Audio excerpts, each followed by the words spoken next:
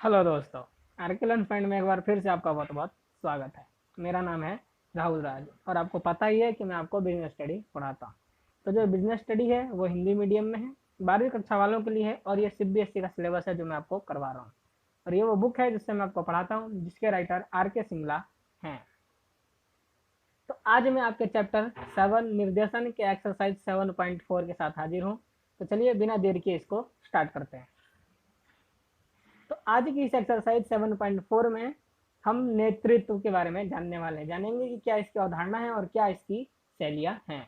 तो चलिए स्टार्ट करते हैं और सबसे पहले जान लेते हैं कि नेतृत्व की क्या परिभाषा होती है। तो इसका अभिप्राय दूसरों को इस ढंग से प्रभावित करने से है ताकि वो वही करे जो नेता चाहे। इसका मतलब ये है कि इसमें दूसरों को इस ढंग से प्रभावित किया जाता है ताकि वो वही करे जो नेता चाहे। ठीक है, तो अब इसकी देख लेते हैं विशेषताएं। तो पहली विशेषता है प्रभावीकरण प्रक्रिया। यहाँ प्रभावीकरण का अर्थ दूसरों को अपने प्रभाव में लेने से है। नेतृत्व के अंतर्गत नेता दूसरों के साथ इस तरह का व्यवहार करते हैं कि वे स्वयं ही उसके प्रभाव में आ जाते हैं। अब इसका मतलब ये है कि यहाँ पर प्रभावीकरण है जो, इसका मतलब ये है कि दूसरों को अपने प्रभाव में लेना, मतलब उनसे कुछ बात कहना और वो आपकी बात मान ले। ठीक है, तो नेता होते हैं जो वो दूसरों के साथ ऐसा व्यवहार करते हैं कि वो स्वयं ही उनके बातों को मानने लग जाते हैं। ठीक है, तो दूसरा है व्यवहार परिवर्तित करने वाली प्रक्रिया। नेतृत्व में व्यवहार बदलने की शक्ति होती है। जिस प्रबंधक में नेतृत्व योग्यता होती है उसके अधीनस्थों का कार्य निष्पादन अपेक्षाकृत बढ़िया होता है। अब इसका मतलब यह है कि जो नेतृत्व होता है वो व्यवहार बदलने वाला होता है। ठीक है, नेतृत्व से किसी का भी व्यवहार बदला जा सकता है, लेकिन जो प्रबंधक इसकी योग्यता रखता है उसके अधीनस्थों का कार्य निष्पादन उनके अनुसार ही बढ़िया होता है। ठीक है, अगला है स्तत प्रक्रिया। एक प्रबंधक को नेतृत्व योग्यता का लगातार प्रयोग करना होता है, तो इसलिए यह स्तत प्रक्रिया होता है, क्योंकि जो प्रबंधक होता है उसको नेतृत्व योग्यता का लगातार प्रयोग करना होता है ताकि उसके अनुसार बढ़िया कार्य हो। तो अगर चलते हैं और अगला है, देख लेते हैं। अगला है आपका नेता व अनुयायियों में आपसी संबंध। नेतृत्व को सार्थक बनाने के लिए नेता के साथ कार्य करने वाले अनुयायियों का होना आवश्यक है। बिना अनुयायियों के नेतृत्व की कल्पना भी नहीं की जा सकती। तो जो नेतृत्व है इसको उपयोग या इसको अच्छा बनाने के लिए, इसको सार्थक बनाने के लिए कार्य करने वाले अनुयायियों का होना आवश्यक है। मतलब साथ में जो कार्य करते हैं जैसे कर्मचारी, उनका होना आवश्यक है। ठीक है, बिना अनुयायियों के नेतृत्व की कल्पना भी नहीं की जा सकती। मतलब कि यहाँ पर जब कोई सुनने वाला ही नहीं होगा तो बोलने के क्या फायदा। ठीक है, तो यहाँ पर वही है कि जब तक अनुयायी नहीं होंगे वहां पर नेतृत्व का कोई भी काम नहीं है। ठीक है, अगला है सामूहिक उद्देश्य प्राप्ति। नेतृत्व की एक मुख्य विशेषता सामूहिक उद्देश्य प्राप्त करना है और साथ ही व्यक्तिगत उद्देश्य भी प्राप्त हो जाती है। अब जो ये है नेतृत्व है, इसमें इसकी एक विशेषता ये भी है कि सामूहिक उद्देश्य प्राप्त होता है इसमें। ठीक है, सामूहिक उद्देश्य का मतलब खाली संगठनात्मक उद्देश्य नहीं, इसके साथ साथ ही व्यक्तिगत उद्देश्यों की भी प्राप्ति इसी में हो जाती है। ठीक है, तो अब देख लेते हैं कि प्रबंध कला और नेतृत्व में अंतर। मतलब प्रबंध कला और नेतृत्व में क्या अंतर है। तो अंतर का आधार है ये प्रबंध कला और नेतृत्व। सबसे पहले जान लेते हैं कि इनके अस्तित्व का क्या आधार है। तो प्रबंध कला का क्या है, तो संगठित समूह तथा अनौपचारिक संगठन। ये जो प्रबंध कला है ये संगठित समूह है और औपचारिक संगठन है। नेतृत्व असंगठित समूह तथा अनौपचारिक संगठन। अब जो नेतृत्व है ये असंगठित समूह है और अनौपचारिक संगठन है। अब देख लेते हैं इनका मुख्य ध्यान किस पर पड़ता है। तो प्रबंध कला का ध्यान संगठनात्मक उद्देश्यों की प्राप्ति पर होता है। ठीक है, और नेतृत्व का अनुयायियों की अभिलाषाओं को पूरा करना। जो अनुयायी चाहते हैं उनकी इच्छा को पूरा करना, तभी तो वो आपकी बात सुनेंगे, आपके ऊपर विश्वास करेंगे। ठीक है, तो नेतृत्व का मुख्य ध्यान किस पर होता है, अनुयायियों की अभिलाषाओं को पूरा करना। अब देख लेते हैं इनके अधिकार क्या क्या है। तो प्रबंध कला का औपचारिक अधिकार है और नेतृत्व का अनौपचारिक अधिकार है। ठीक है, अब इनके क्षेत्र देख लेते हैं। तो प्रबंध कला का क्षेत्र विस्तृत है क्योंकि जो नेतृत्व है वो प्रबंध कला का ही एक भाग है, और नेतृत्व का क्षेत्र संकुचित है क्योंकि नेतृत्व है जो एक प्रबंध कला के अंदर ही आता है, इसीलिए इसका क्षेत्र छोटा है। तो आगे चलते हैं और आगे देखते हैं। तो अब है आपका नेतृत्व शैलियाँ। तो यहाँ पर मैं आपको बता दूं कि यहाँ पर 3 नेतृत्व शैलियाँ हैं, निरंकुश नेतृत्व शैली, जनतंत्रीय नेतृत्व शैली और स्वतंत्रीय नेतृत्व शैली। तो यहाँ से एक एक करके उन्हीं को हम जानने वाले हैं। तो सबसे पहले जान लेते हैं निरंकुश नेतृत्व शैली। तो इसका अभिप्राय उस नेतृत्व शैली से है जिसमें नेता का रुझान पूरे कार्य को स्वयं ही करने की ओर होता है। इसका मतलब यह है कि इसमें जो नेता होता है निरंकुश नेतृत्व शैली में, वो सारा काम खुद ही करता है, किसी भी कर्मचारी को वो काम करने नहीं देता। मतलब कि जो भी बड़े बड़े कार्य होते हैं, सारे कार्य वो स्वयं ही करता है। अपने कर्मचारियों से कोई विचार विमर्श नहीं करता और ना ही उनसे कोई सुझाव लेता है। तो अब इसकी विशेषताएं देख लेते हैं कि इसकी कौन कौन सी विशेषताएं होती हैं। तो सबसे पहला है केंद्रित सत्ता। इस पद्धति में प्रबंधक को जो अधिकार एवं उत्तरदायित्व प्राप्त होते हैं वह किसी के साथ बांटना नहीं चाहते। इसमें जो प्रबंधक होता है और उसको जो भी अधिकार और उत्तरदायित्व प्राप्त होते हैं वो किसी और के साथ बांटना नहीं चाहते, इसलिए ये केंद्रित सत्ता है। अगला है एक व्यक्ति के निर्णय। नेतृत्व की इस शैली में प्रबंधक सारे निर्णय स्वयं लेता है। वह यह मानता है कि उसे किसी व्यक्ति की आवश्यकता नहीं है। अब निरंकुश नेतृत्व शैली में क्या है कि इसमें एक ही आदमी होता है जो निर्णय लेता है। वो यह मानकर चलता है कि उसको किसी और व्यक्ति की जरूरत नहीं है, आवश्यकता नहीं है। ठीक है। अगला है कर्मचारियों के बारे में गलत धारणा। प्रबंधक इस धारणा का शिकार हो जाता है कि कर्मचारी प्यार से काम नहीं करते, उनके लिए कठोर नियंत्रण की आवश्यकता होती है। अब यहाँ पर जो प्रबंधक होता है वो ये मान लेता है कि कर्मचारी जो होते हैं वो प्यार से काम नहीं करते। ठीक है, उनके लिए कठोर नियंत्रण की जरूरत पड़ती है, वो उसी में काम करते हैं। ठीक है। अगला है संदेश वाहन केवल नीचे की ओर। इसमें संदेश वाहन केवल नीचे की ओर होता है क्योंकि इसमें कर्मचारियों के विचार सुझाव महत्वहीन होते हैं। अब जो निरंकुश नेतृत्व शैली में होता है उसमें केवल संदेशवाहन नीचे की ओर होता है। मतलब कि इसमें जो प्रबंधक होता है वो केवल अपने कर्मचारियों को बताता है कि क्या करना है और कैसे करना है। ठीक है, क्योंकि इसमें जो कर्मचारी होते हैं उनसे ना सुझाव मांगे जाते हैं और ना ही उनके विचार पूछे जाते हैं। तो ठीक है, इसलिए यहाँ पर केवल संदेशवाहन नीचे की ओर होता है। अगला देख लेते हैं। तो यहाँ पर आपके निरंकुश नेतृत्व शैली की विशेषताएं खत्म हो गई। अब देख लेते हैं कि इसके लाभ क्या क्या हैं। तो सबसे पहला है शीघ्र व स्पष्ट निर्णय। जब निरंकुश नेतृत्व शैली में एक ही प्रबंधक होता है और वो सारा काम खुद ही करता है, इसलिए वहाँ के शीघ्र और स्पष्ट निर्णय ले पाते हैं और ज़्यादा समय भी नहीं लगता। अगला है संतुष्टिपूर्ण कार्य। क्योंकि इसमें एक प्रबंधक होता है और वो सारा काम खुद ही करता है, इसलिए सारे कार्य वो अपनी संतुष्टि के अनुसार करता है। अगला है कम शिक्षित कर्मचारियों के लिए आवश्यक। अब जो निरंकुश नेतृत्व शैली है वो कम शिक्षित कर्मचारियों के लिए आवश्यक है। तो इनमें कम शिक्षित कर्मचारी इसलिए क्योंकि कम शिक्षित कर्मचारी किसी भी योजना या कोई भी विचार विमर्श नहीं करना चाहते, वो केवल अपने काम से मतलब रखते हैं। ठीक है, तो ऐसे कर्मचारियों के लिए ये उचित है, सही है। ठीक है, तो अब देख लेते हैं कि इसकी क्या क्या हानियां हैं। तो पहली हानियां है अभिप्रेरणा की कमी। इसमें अभिप्रेरणा की कमी होती है। ठीक है, कर्मचारी को कोई अभिप्रेरित करने वाला नहीं होता। जो प्रबंधक होता है वो उनको खाली काम बताता है क्या करना है और कैसे करना है, इसलिए यहाँ पर अभिप्रेरणा की कमी रहती है। अगला है कर्मचारियों द्वारा विरोध। कर्मचारी इसका विरोध भी करते हैं। ठीक है, क्योंकि कर्मचारी इसके सुझाव और विचार जाने नहीं जाते, केवल उनको उनके ऊपर काम थोपा जाता है। ठीक है।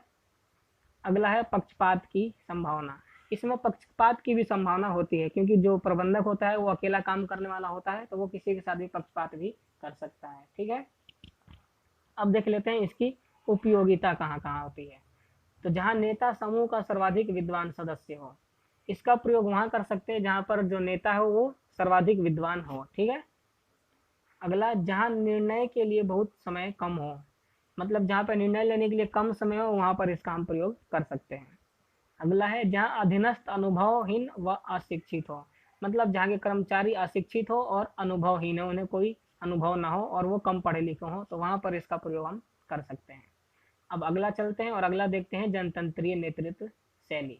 तो इसका अभिप्राय उस नेतृत्व शैली से है जिसमें नेता कोई अंतिम निर्णय लेने से पहले अपने अधीनस्थों से विचार विमर्श करता है। ठीक है, इसका मतलब ये है कि इसमें जो नेता होता है वो कोई भी अंतिम निर्णय लेने से पहले अपने कर्मचारियों अधीनस्थों से विचार विमर्श ले लेता है। ठीक है, पूछ लेता है ये सही है या नहीं है।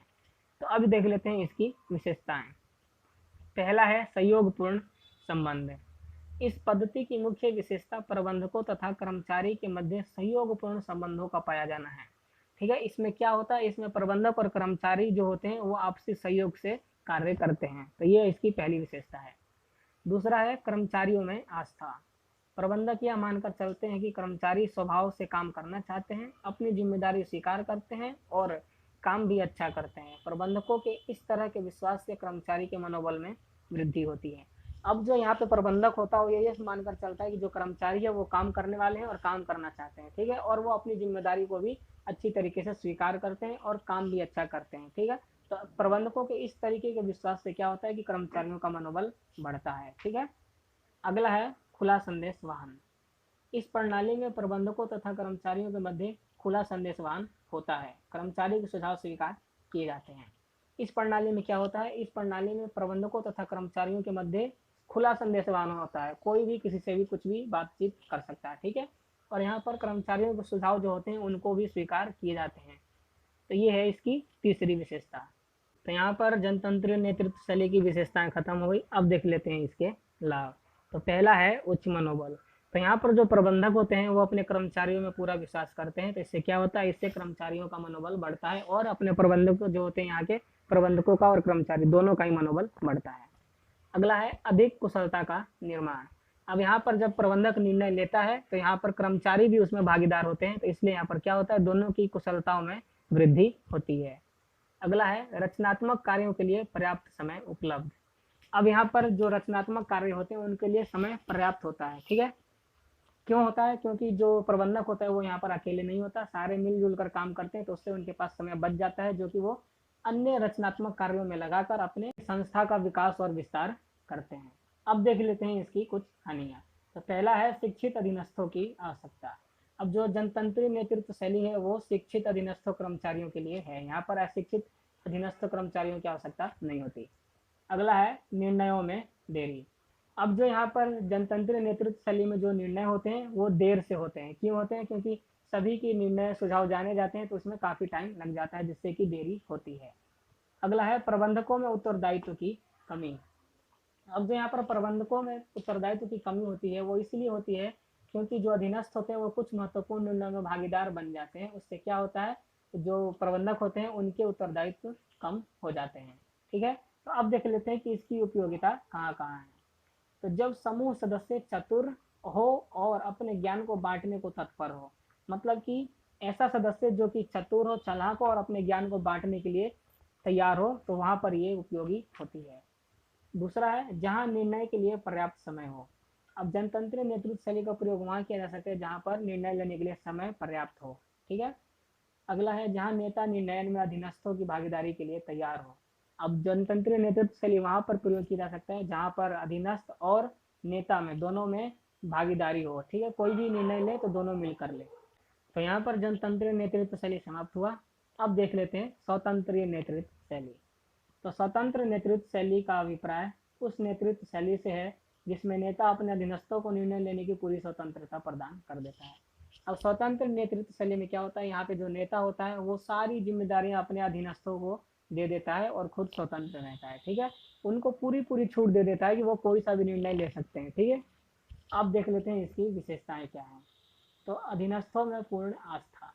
इस पद्धति में प्रबंधक अपने अधीनस्थों को योग्य, सक्रिय तथा जिम्मेदार व्यक्ति के रूप में देखते हैं और विश्वास करते हैं। अब यहाँ का जो प्रबंधक होता है वो अपने अधीनस्थ अपने कर्मचारियों को पूरा योग्य, सक्रिय और जिम्मेदार मानता है और उनमें विश्वास भी करते हैं, ठीक है। अगला है स्वतंत्र निर्णय पद्धति। इस प्रणाली में प्रबंध से संबंधित निर्णय प्रबंधकों के स्थान पर अधीनस्थों द्वारा लिए जाते हैं। स्वतंत्र निर्णय पद्धति इसलिए है क्योंकि यहाँ पर जो प्रबंधक होता है वो जो कर्मचारियों को अपने सारे निर्णय लेने की स्वतंत्रता प्रदान कर देता है, तो इसलिए ये स्वतंत्र निर्णय पद्धति है। अगला है अधिकारों का विकेंद्रीयकरण। प्रबंधक अधीनस्थों में अधिकारों का व्यापक वितरण कर देते हैं ताकि सभी अपने लक्ष्य योजना बनाने में सक्षम हो सके। अब जो यहाँ के प्रबंधक होते हैं वो अपने कर्मचारियों को अधिकारों का व्यापक वितरण कर देते हैं, ठीक है, ताकि वो जो कर्मचारी हैं वो अपने लक्ष्य बनाने में, योजना निश्चित करने में और सक्षम हो सकें, ठीक है। इससे क्या होता है, ये यहाँ पर अधिकारों का विकेंद्रीकरण हो गया। अगला है स्वयं संचालन, पर्यवेक्षण व नियंत्रण। एक बार उद्देश्यों की व्याख्या कर देने के बाद प्रबंधक केवल विपरीत परिस्थिति में हस्तक्षेप करता है। कर्मचारियों का पर्यवेक्षण व नियंत्रण कर्मचारी स्वयं करते हैं। अब यहाँ पर जब प्रबंधक एक बार उद्देश्यों की व्याख्या कर देता है तब वो केवल विपरीत परिस्थिति में ही हस्तक्षेप करता है, ठीक है। तो यहाँ पर कर्मचारियों का पर्यवेक्षण और नियंत्रण कर्मचारी स्वयं ही करते हैं, ठीक है। तो अब आगे चलते हैं और आगे देख लेते हैं। तो यहाँ पर आपकी विशेषताएं खत्म होती हैं। अब देख लेते हैं कि इसके लाभ क्या है। तो पहला है अधीनस्थों में आत्मविश्वास का विकास। अब यहाँ पर जो अधीनस्थ होते हैं उनके आत्मविश्वास में विकास होता है। क्यों होता है, क्योंकि जो यहाँ के प्रबंधक होते हैं वो पूरा पूरा उनको निर्णय लेने की स्वतंत्रता प्रदान कर देते हैं। अगला है उच्च स्तरीय अभिप्रेरणा। अब यहाँ पर जो उच्च स्तरीय अभिप्रेरणा है यहाँ पर इसीलिए कर्मचारियों में विकसित होता है क्योंकि यहाँ पर जो प्रबंधक होते हैं वो पूरी तरीके से उनको निर्णय लेने की स्वतंत्रता प्रदान कर देते हैं। तो इससे जो कर्मचारी होते हैं वो महसूस करते हैं अपने आप को बड़ा अभिप्रेरित महसूस करते हैं। ठीक है, अगला है संस्था के विकास एवं विस्तार में सहायक। जिस संस्था में नेतृत्व की इस पद्धति का उपयोग किया जाता है उसका विकास व विस्तार अपनी चरम सीमा पर होता है। ठीक है, यहाँ पर जो प्रबंधक होता है वो अपने सारे कार्यों से मुक्त हो चुका होता है क्योंकि यहाँ पर जो कर्मचारी होते हैं वो सारे कार्य खुद ही संभाल लेते हैं। तो यहाँ पर जो प्रबंधकीय पद होता है वो महत्वहीन हो जाता है। तो अब उसके पास पूरा पूरा समय होता है कि वो अपने संस्था के विकास और विस्तार के बारे में सोच सके कि उसका संस्था का विकास और विस्तार किस तरीके से हो सकता है। ठीक है, तो यहाँ पर आपके लाभ खत्म हुए। अब देख लेते हैं कि इसकी हानियाँ क्या क्या हैं। तो पहला है समन्वय में कठिनाई। यहाँ पर जितने भी कर्मचारी होते हैं सारे स्वतंत्र होते हैं निर्णय लेने के लिए, तो यहाँ पर उनमें समन्वय में कठिनाई होती है क्योंकि हर एक कर्मचारी अपना अपना निर्णय अलग अलग लेते हैं। ठीक है, तो इसलिए यहाँ पर समन्वय में कठिनाई होती है। दूसरा है प्रबंधकीय पद महत्वहीन हो जाना। अब जब यहाँ पर प्रबंधक सारे निर्णय लेने की स्वतंत्रता कर्मचारियों को प्रदान कर देता है तो उसके पास कुछ काम नहीं बचता, इसलिए यहाँ का जो प्रबंधकीय पद होता है वो महत्वहीन हो जाता है। अगला है केवल अधिक शिक्षित लोगों के लिए उपयुक्त है। अब जो स्वतंत्र नेतृत्व शैली है वो केवल अधिक शिक्षित लोगों के लिए ही उपयुक्त है। यहाँ पर केवल जो मतलब कि थोड़े शिक्षित हो या पूरे के पूरे अशिक्षित हो उनके लिए ये उपयुक्त नहीं है। तो अब देख लेते हैं कि इसकी उपयोगिता कहाँ कहाँ होती है।